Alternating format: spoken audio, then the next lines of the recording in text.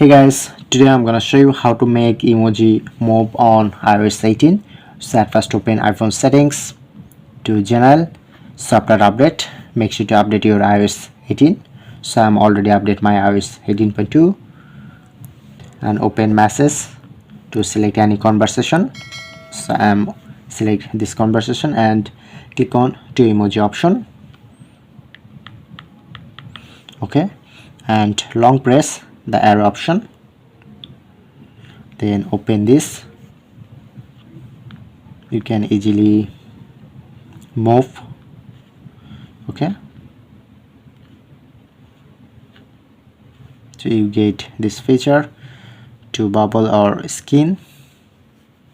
Okay,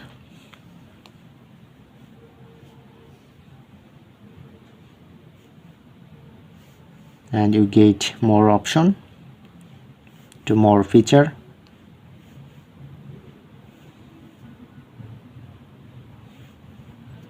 Okay,